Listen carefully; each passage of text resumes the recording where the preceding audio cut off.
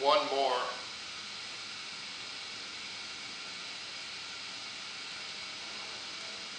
thing that just came to mind.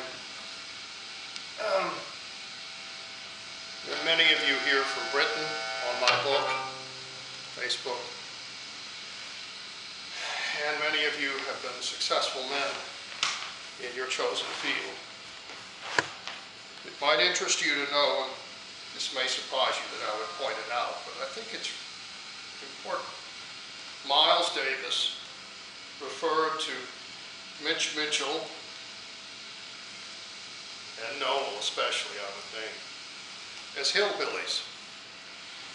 Miles, I suppose you could say in some ways, with a father that followed Marcus Garvey, and Miles, who grew up in East St. Louis, which was almost exclusively black, and a father that was a dentist and successful. Miles had very little use for classical music, which he considered boring. He attended Juilliard School of Music for about a year, and because he was he said he felt like a raisin in there because he was the only black student. And he felt discriminated against, and he also pointed out in his book, the book's name is Miles, and it was narrated by Quincy Troop. It's an excellent book. It was released in 1991. The CD that I mentioned in my earlier statements was released in 2002. I bought it because I liked what it had to say about how this CD was made. Miles and the jazz players of the bebop era, Dizzy was more of a Kiss, you-know-what kind of guy, but Bird was for the astrologers out there, Charlie Parker was born August 29th, 1920, and he died March the 3rd, I believe it was, in 1955. I just looked at that date and forgot it. That's called old age. He died, there was a baroness in New York, she was a doll. God, what a woman. Beautiful girl, from a very prestigious New York family, and she was an adamant follower, adamant's an understatement, of musicians such as Thelonious Monk, who Bird worshipped. Bird loved Monk. And Charlie Parker, Miles, who was young at the time, they followed. Dizzy, Bud Powell, Max Roach, Curly Russell, and the best of them, the two best of the era. I mean, when Monk was on, there's some films about Monk that are worth watching. He suffered from a form of kind of being out there. You can call it whatever you want, but when he was on, and his improvisations, there are films of his performances where you clearly can tell he's 100% lit up. All of his circuits are on. And the way that he improvised, there has never been, before or since, anything like that. His mind was a machine. Whatever you want to call it. He was amazing. So getting back to Bird. Bird followed Monk. Monk influenced Bird. Monk's ideas with chords blew Bird's mind. And I wanted to say when I started this, and I'm going in a million directions, my usual, but there's a lot to know. There really is. And this is all American jazz before the influence of Britain or Europe and the end of World War II. This is all pre-World War II. This is music that began in the swing era with guys like Lester Young, for example, Billie Holiday, who worked with Lester quite a bit, and those Count Basie bands.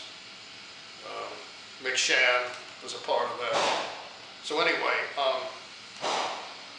the Mafia used to support these Negro bands and give them places to play in Kansas City, New York, and that area of the United States. It's to the Mafia's credit, whether they did it for money or not, it's still to their credit that they had enough insight. And the Jewish community in New York, brilliant artists that they are, had enough intelligence to record this music. They did it for money, no doubt. People don't do it for free. But Savoy, whose owner was an unscrupulous businessman, but nonetheless, he gave a format to Charlie Parker and Charlie Parker's band with Max Roach and Miles Davis, or Dizzy, depending on which year we're talking about. Sometimes Bud Powell sat in on these sessions. Bud's the best pianist that ever lived, classical or jazz. The pompous fool has spoken. Now, one last thing.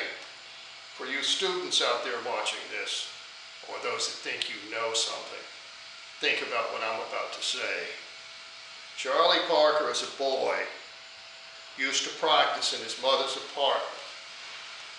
And I'm going to post this tape in which he's interviewed and talks about this, no less than 11 hours a day, and some days as much as 15 hours a day.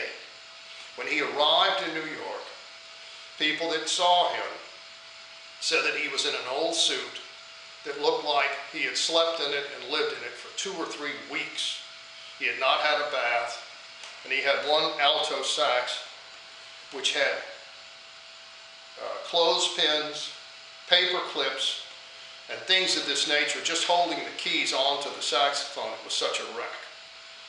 And they said, you know, they looked at this guy, and he was looking for a place to play in New York. He went up there penniless.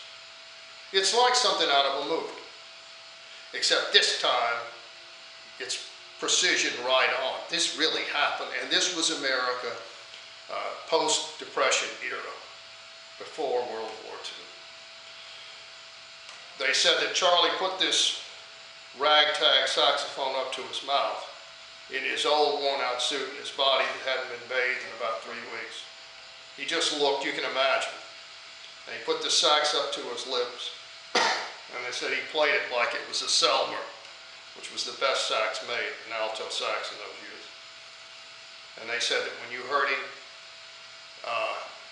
you know, they only had to hear him once. They got him into a hotel, they cleaned him up, they went out and people did this on their own without being told. They bought him a Selmer or two, and they started getting him booked with different people and gigs and so forth. It was that quick. He was that good. And there are some tracks on this CD. I'm lost anyway, but this, you know, but I'm going to do it. And the sound that you hear on this of Charlie Parker, believe what I tell you, this is the way he really sounded. This is as close in modern times as a reproduction of his actual sound as you're probably going to hear.